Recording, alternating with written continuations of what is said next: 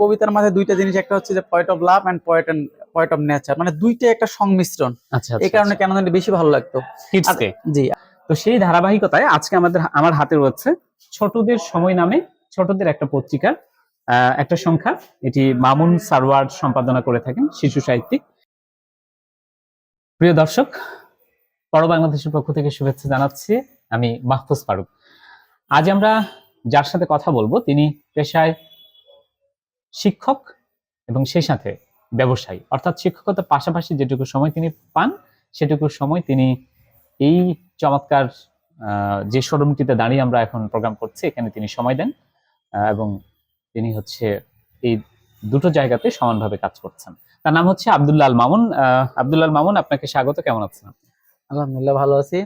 আপনাকে অসংখ্য ধন্যবাদ, অভিনন্দন আপনার কাছে আসার জন্য। আমাদের এই ছোট্ট শোরুমে আপনার পদচারণায় মুখরিত হচ্ছে, খুব ভালো লাগছে। আচ্ছা, আপনাকেও ধন্যবাদ।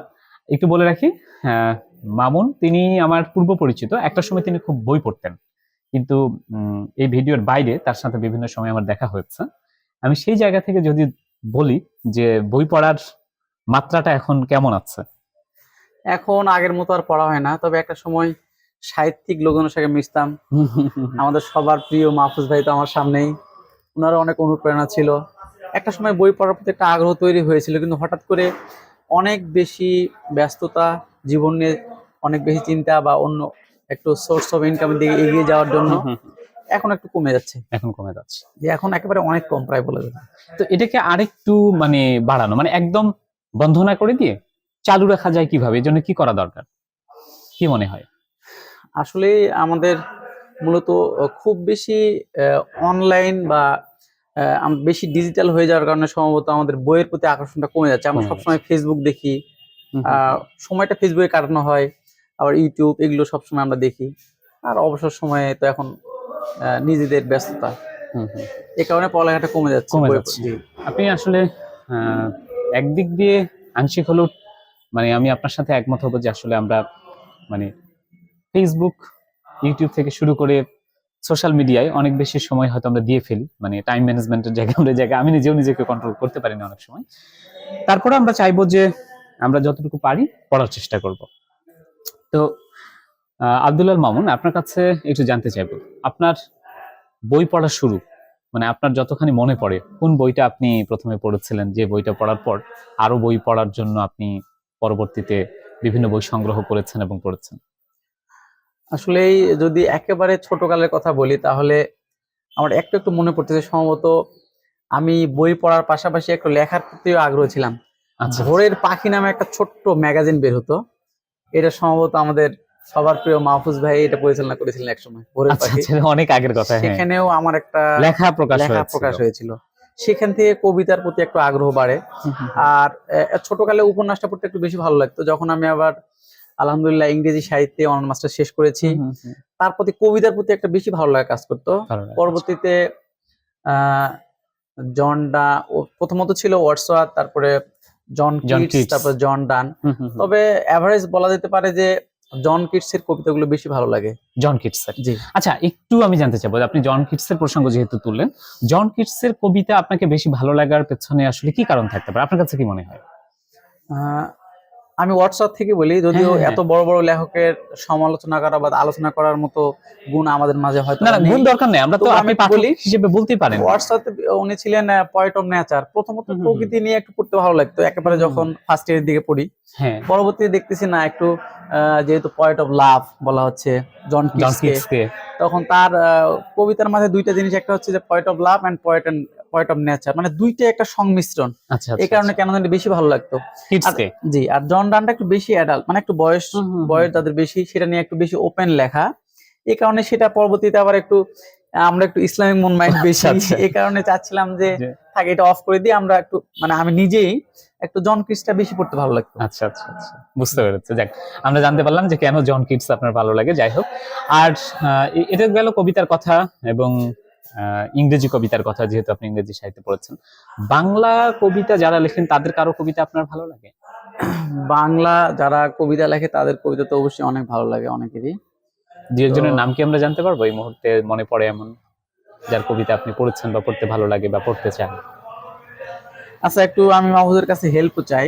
এই বিষয়টা ওই যে একটা কবিতা ছিল, মানে আমাদের কাজী নজরুল তো বিদ্রোহী কবি, তার বাইরেও একজন বিদ্রোহী কবি বাংলাদেশে ছিল, এটা হচ্ছে রুদ্র মোহাম্মদ শহীদুল্লাহ। রুদ্র মোহাম্মদ শহীদুল্লাহ, আচ্ছা আচ্ছা। তার কবিতাগুলো খুবই ভালো লাগে, একবারে খুব মানে প্রিয়, খুব কাছে।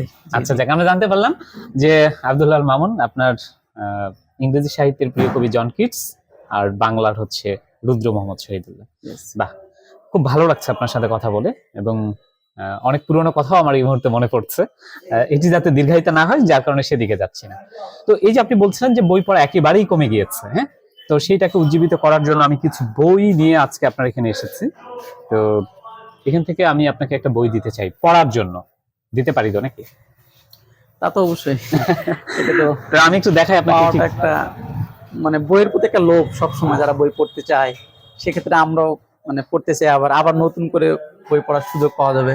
নিঃসন্দেহে আমরা চাই যে নতুন করে হলেও আবারও শুরু হোক, আমরা বইয়ের মানুষ, বইয়ের সাথে থাকি। তো এখানে কয়েকটা বই আছে, আপনি সবগুলো বই হয়তো আপনার পছন্দ হতে পারে, কিন্তু আমি একসাথে সবগুলো বই পড়ার জন্য আসলে দিব না, আমি যেকোনো একটা বই দিব আপনাকে। তো এখান থেকে আপনি পছন্দ করবেন।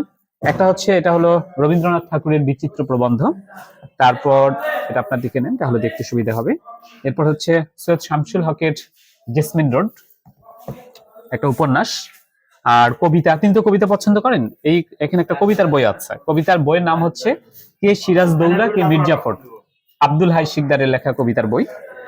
আরেকটা বই হচ্ছে বিশ্বকাপের দিনগুলি, রবিউল ইসলাম বিদ্যুতের লেখা। এটা মানে ক্রিকেট বিশ্বকাপ নিয়ে লেখা একটা বই, অর্থাৎ রবিউল ইসলাম বিদ্যুৎ মূলত একজন স্পোর্টস রিপোর্টার, তিনি বিশ্বকাপ কাভার করেছিলেন এবং সেটি নিয়ে এটা লেখা।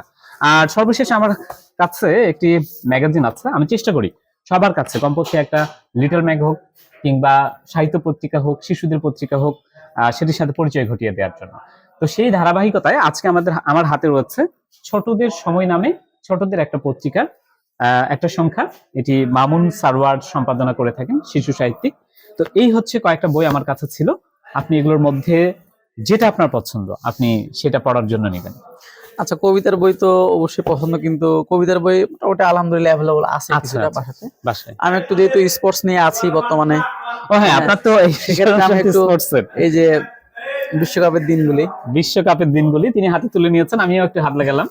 মানে এই বইটা তিনি পছন্দ করেছেন, যাক তিনি স্পোর্টসেরও মানুষ, এটা শুরুতে বলতে ভুলে গিয়েছিলাম, শুধু শিক্ষক আর ব্যবসায়ী বলেছি, পাশাপাশি তিনি আসলে স্পোর্টসেরও মানুষ। এবং আমি আরেকটা জিনিস অ্যাড করি আমাদের সাথে, সেটা হচ্ছে যে জানি না সঠিক হবে কিনা, তবে কাছাকাছি আমার মনে হয় আমাদের এলাকায় সবচেয়ে বেশি মিরপুর স্টেডিয়ামে খেলা আমি দেখছি, ক্রিকেট খেলা। আচ্ছা আচ্ছা আচ্ছা আচ্ছা। এবং আমার খুব একজন কাছের মানুষ ছিলেন ক্রিকেট, উনিও রাইটার, এই কি নাম তার, স্পোর্টস রাইটার মনে পড়ে?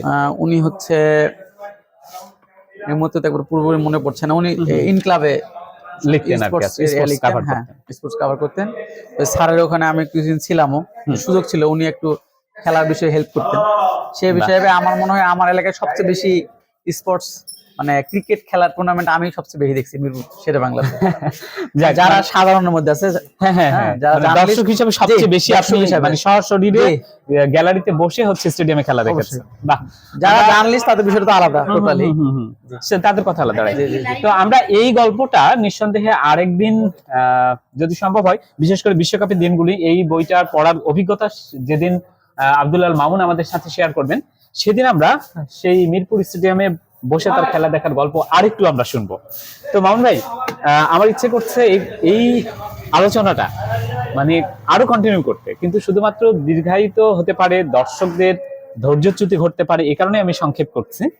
আপনাকে আবার একটু ফিরিয়ে নিয়ে আসি এই জায়গায়, যে আপনি আগে পাঠক ছিলেন, একটা সময় টুকটাক লিখতেন, পরে আবার এখন পড়া একটু মানে বিচ্ছেদ ঘটেছে আর কি, মানে আমরা যেটুকু আজকে আমি জানলাম। এই জায়গা থেকে নিজে তো এই বইয়ের মাধ্যমে আবারও নতুন করে শুরু করবেন সে আশা আমি রাখি। পাশাপাশি আমরা আমাদের এই সমাজে, আমাদের এই দেশে, আমাদের এই সবুজ পৃথিবীতে বই পড়ার মানুষের সংখ্যা বাড়ানোর জন্য আমরা প্রত্যেককে নিজ নিজ জায়গা থেকে কি করতে পারি, এই প্রসঙ্গে আপনি দর্শকদের উদ্দেশ্যে কিছু বলবেন। মাহমুদ ভাইকে অসংখ্য ধন্যবাদ।